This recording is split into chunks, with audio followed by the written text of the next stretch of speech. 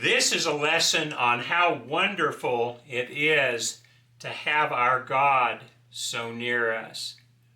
I was reminded of this weekend. On Saturday night, we got a call from my sister-in-law, my wife's sister, Janet, and her husband, Ken, had just been in an accident.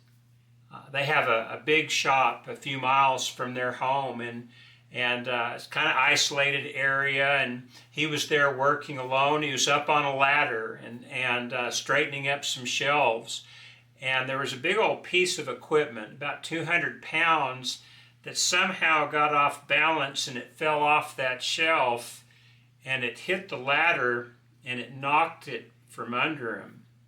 And he fell about 10 feet to the concrete floor. Well, when he did and kind of came to his senses, he didn't have his glasses anymore, didn't know where they'd gotten to, didn't have a cell phone to where he could call anyone, didn't know where it went to in the fall, but what he did know was that he really hurt.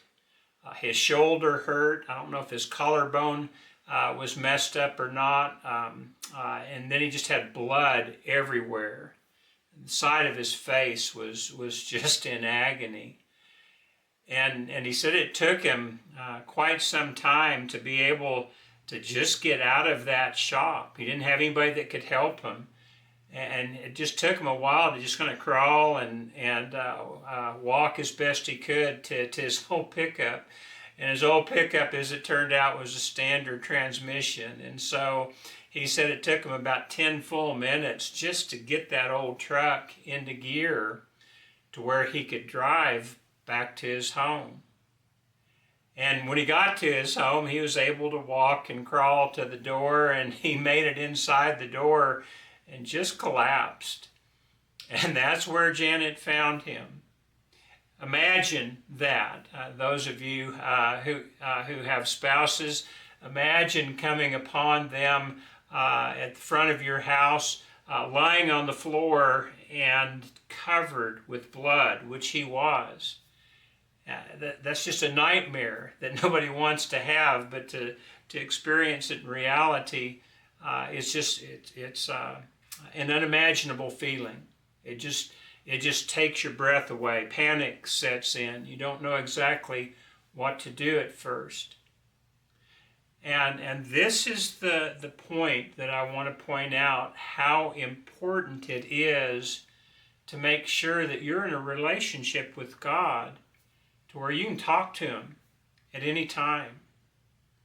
You see, the nice thing for Ken was when he fell, he wasn't alone. The Lord was near him. And so he's able to ask for help. And then when Janet finds her husband on the floor covered in blood, not knowing what's happened yet, she can call on the Lord. In Deuteronomy chapter 4, Moses, before he died, assembled the people together. And so in Deuteronomy chapter 4, this is part of the speeches that he gave to them during his last month of life.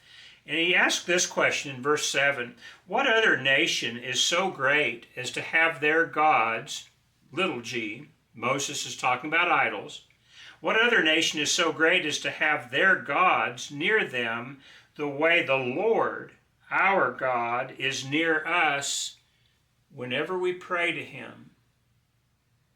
Have you ever thought about that? What a privilege it is to be in a covenant relationship with God, to have the privilege and the right, not because you deserve that right, but because God has given you that right and privilege, but to have that privilege to be able to call upon him whenever you need him, for whatever reason. God is near. And that wasn't lost upon Ken, and it wasn't lost upon Janet. Janet got him up into a chair. She got him cleaned up as best she could, and then of course they got him to the emergency room as quickly as possible. And on the way, or before they left, she contacted several close friends and her family and let them know what was going on. and to be praying. And certainly we did. Just Carolyn and I, my wife and I, just sat down on the bed and offered a prayer on his behalf and on Janet's behalf. What a privilege that is, to have the Lord near whenever we call upon him. And I don't doubt for a moment that he was. He got to the emergency room, and they got him in a neck brace, and they got all the x-rays and the tests, scans that they needed to run or that they could run, and determined that his cheek was broken, but a cheekbone, but his jaw, which they were afraid might be broken because his teeth weren't lining up, that was okay, bruised, but okay. I don't know how many stitches he needed, if any, but with all that blood, I'm assuming it was quite a few. I hadn't talked to him since that point personally, but when they came back the next day and Janet took a picture of the pile of clothing that he was wearing, I don't know that you could find more than a square inch or two that was not covered in blood. And then when she went to the shop to look for his glasses and his cell phone, she took a picture of that, and it looked like a crime scene. There was just stuff scattered everywhere from the accident, and there was a big old, I don't want to say a pool of blood, but a big old blood-stained area from where he hit and lay there for a while and bled.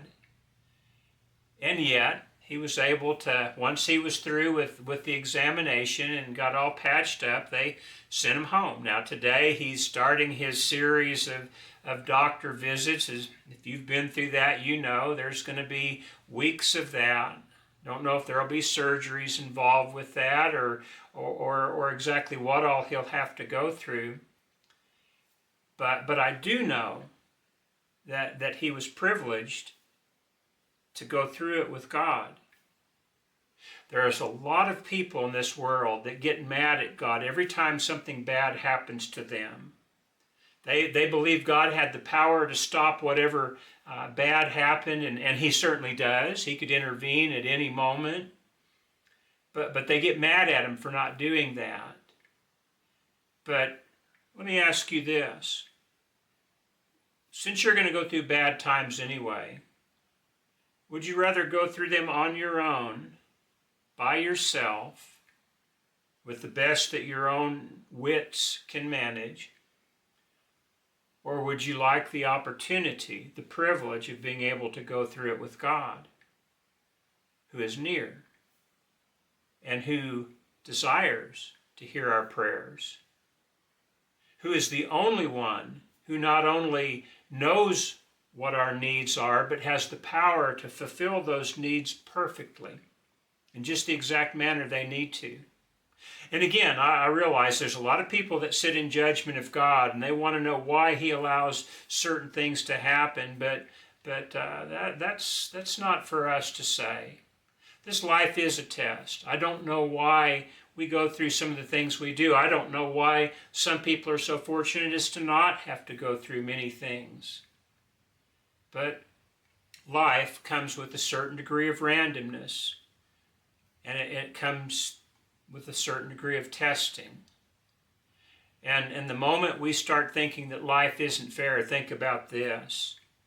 You probably have a pretty comfortable house. You probably woke up in a pretty comfortable bed. You probably ate some pretty nourishing food, or at least had it available when you got up, and you'll do so again several more times today. You'll probably ride around in a nice car. You'll probably work in a nice office or other work atmosphere, and then you'll come home to your comfortable home. There are billions of people who don't have that privilege. And so if you get to the point where you think life isn't fair, that's right, it's not. You and I have received so much more than our fair share. And we should, since God is near us, take that advantage to not only ask him for things that we need, but to remember to thank him for what he's given to us. In the 99th Psalm, Started off my day by reading the 99th Psalm, and I had all these events of the weekend in mind. And here in the 99th Psalm, it says this in verse 5, "Exalt the Lord our God and worship at his footstool. He is holy." Moses and Aaron were among his priests. Samuel was among those who called on his name. They called on the Lord, and he answered them. We are so privileged to be able to be near God, to have him near us, and to be able to call upon him, to be enjoying the day and pause to remember to thank him for it, to rejoice before him with the things that we have cause and an occasion to be joyful over, to ask for his help when we're in serious trouble, or to ask for his wisdom when we need guidance. We have his word near us, and we need to take advantage of that. I realize a lot of people look at reading the Bible as an inconvenience. You shouldn't do that. It's a love letter. It's from the one who loves you more than anyone ever could or ever will. And what a privilege it is to read that love letter and to find out where we came from, what we're doing here, where we're going, and to realize that he has a solution for every problem. He could have insulated us from all harm, but that wouldn't have been much of a test. As a matter of fact, if he just prevented us from ever having anything bad happen to us, I'm convinced people would become Christians for the wrong reason. They would do so as an insurance policy, and don't fool yourself. Some people do still do that very thing. Christianity is not an insurance policy against anything bad ever happening to us. Christianity is an opportunity to serve God and to serve Christ in the way that they deserve to be served and that they demand to be served. It's an opportunity to begin a service that we hope will last for all eternity. The offer is certainly given to us by God if we will but do his things in his way. And when we fail, because he is near us, we have the opportunity and the privilege to pray and to ask for forgiveness. And for those who are Christians, they have every right to do so. We really, I'm convinced, need to be humbled and appreciative of the fact that God is near us. This accident that happened to my good friend and brother-in-law is but one example. We have hundreds and thousands of occasions through life where we need God to intervene, and we ask for his help, and he always gives that help in the perfect way.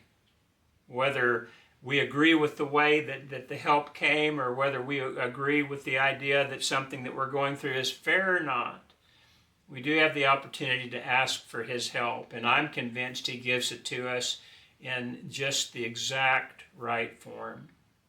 And for that we should be thankful. And because he's near, we not only should ask him for the things that we need, but we should also pause and thank him for all the wonderful things that he's done for us. Chief of which is the giving of his only begotten Son to die on that cross for the sins that we committed. God is great, God is good, and we're privileged to have him near.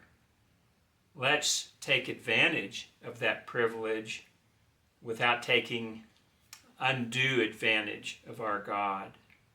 Let's remember to be ever thankful, to be ever mindful of the fact that he's there when we need him, and to never be hesitant to ask him for the help that we need when our loved ones are in difficult times.